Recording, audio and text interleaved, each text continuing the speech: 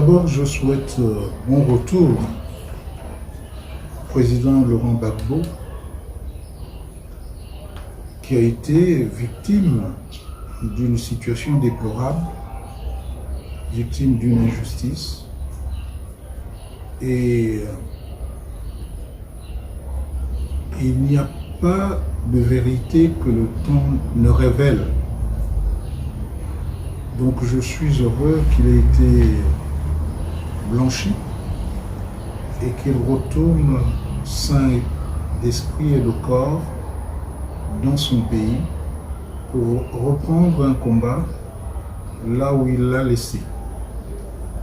Je souhaiterais qu'à la suite de ce retour, il y ait une véritable réconciliation en Côte d'Ivoire. Parce qu'il y a eu une vraie justice. Et quand il y a une vraie justice, on peut espérer une vraie réconciliation. Aussi, je vous remercie de m'avoir donné cette occasion de pouvoir lui souhaiter devant vos caméras ce bon retour et que tout se passe dans des conditions bonnes, c'est-à-dire qu'il n'y ait pas d'exaction, qu'il n'y ait pas de violence et que tout se passe dans la sérénité, ce qui va augurer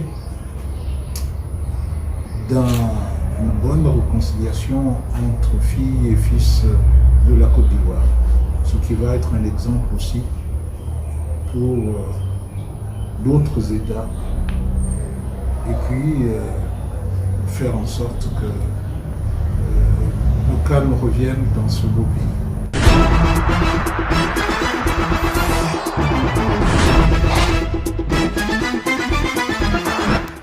Je dirais tout de suite qu'il n'a pas été question de l'appel à la paix des braves. Et nous n'avons pas été, comme d'aucuns auraient pu penser, Maïla, Mavioga et moi, à la primature. Chacun est allé à son heure,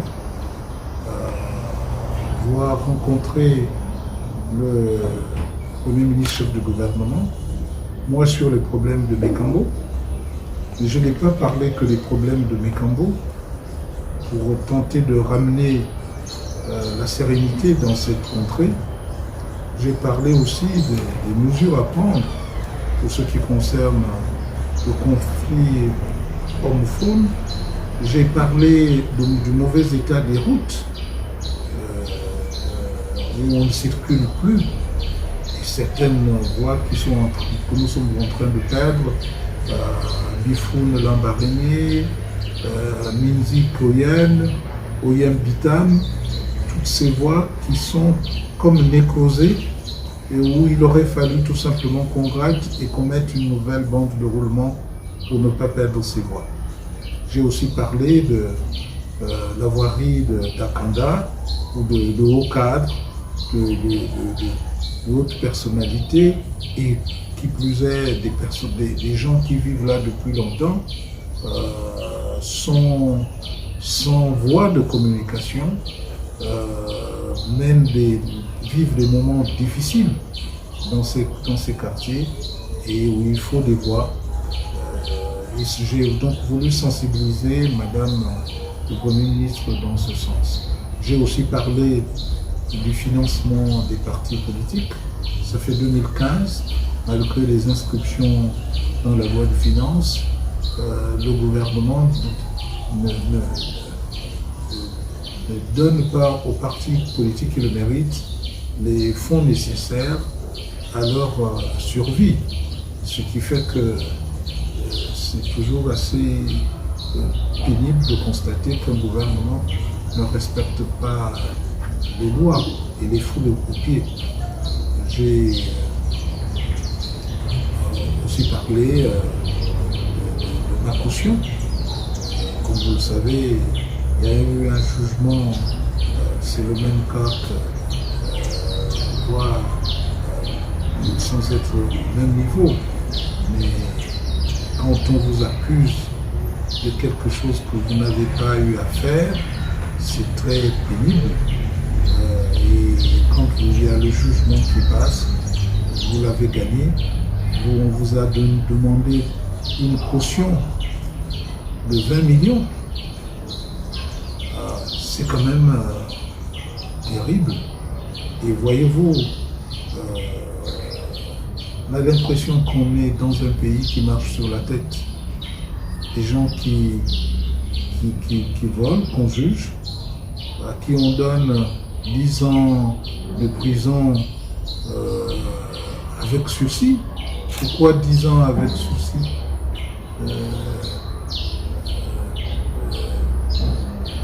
Ça n'a pas de sens. Ça étonne tout le monde.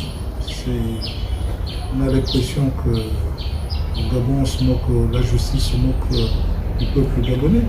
Et là où un vice-président de la République est outragé, on lui demande pour que ce jugement se fasse, et longtemps après, 20 millions de caution qu'on doit lui rendre, puisqu'il a gagné le procès.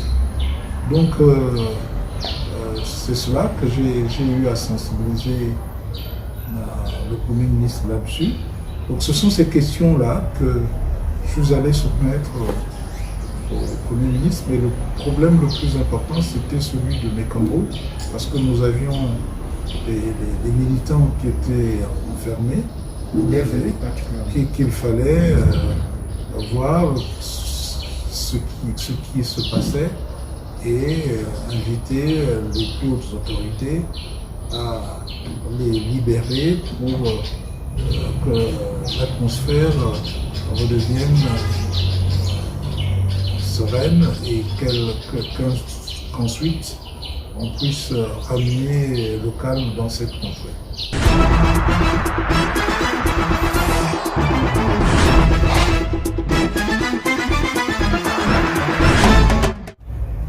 D'abord, je déplore le spectacle qui est donné au niveau de la mairie de Libreville. Vous savez, le gouvernement doit s'appuyer sur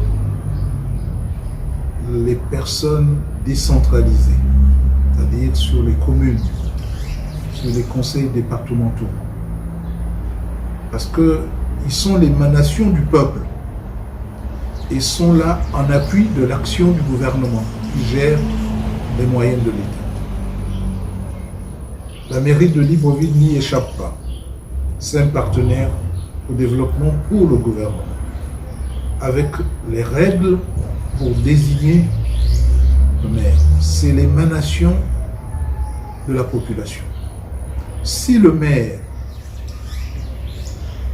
a commis une faute, a détourné, c'est d'abord le conseil municipal qui doit le constater.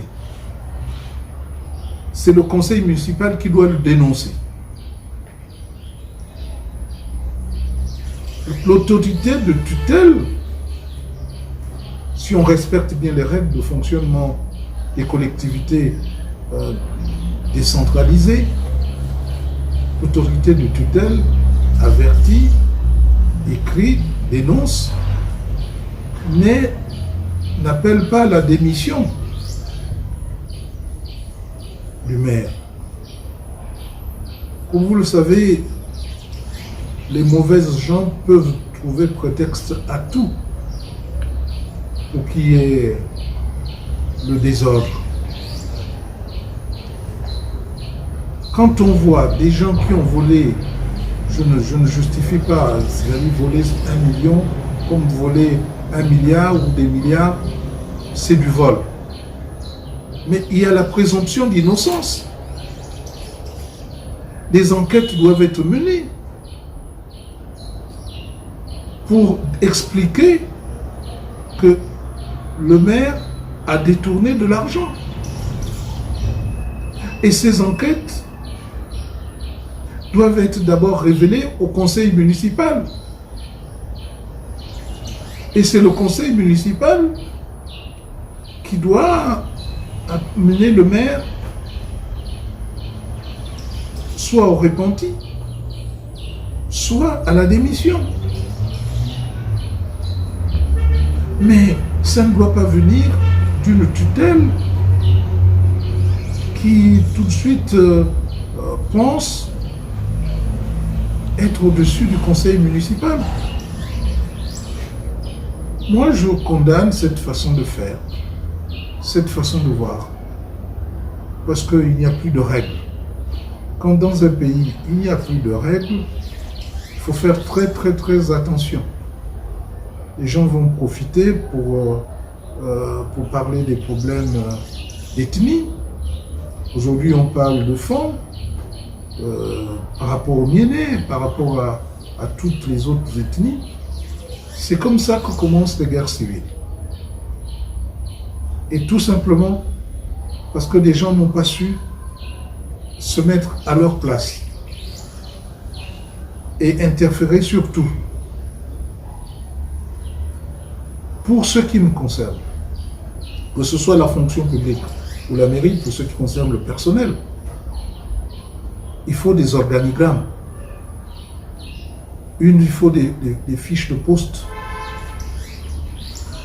et avoir donc des postes budgétaires. Combien, pour faire fonctionner la mairie de Libreville, il faut de postes budgétaires pour la mairie? S'il faut 500 personnes, s'il faut 1 millier de personnes, il y a 1000 postes budgétaires. On ne peut pas ajouter, sauf à demander au conseil pour un problème donné, à créer d'autres postes budgétaires. Mais c'est le conseil municipal qui crée les postes budgétaires. Et après, à ce moment-là, le maire peut embaucher.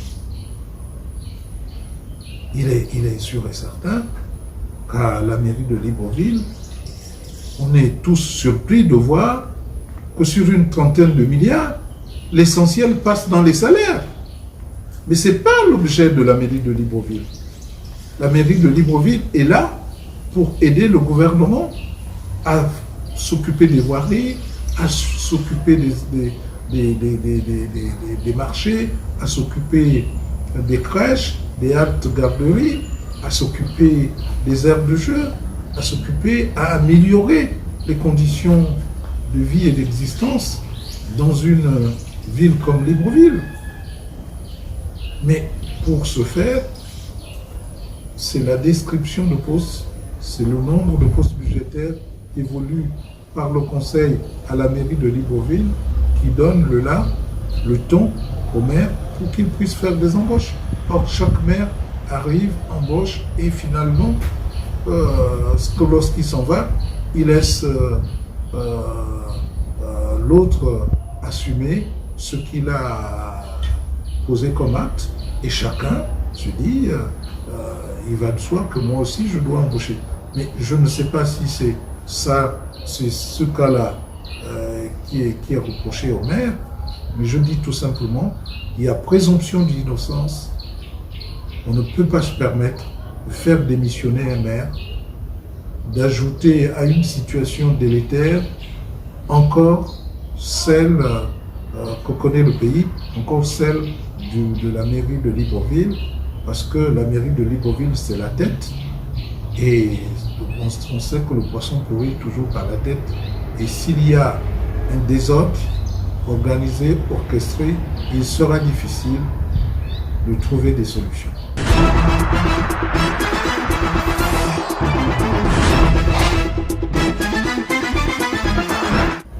Et je m'appesantirai sur l'hommage au président Omar Bongo. Si nous disons d'un père qu'il nous manque, cela veut dire que nous, les enfants, n'avons pas été capables de suivre ses préceptes. Donc je dirais tout simplement que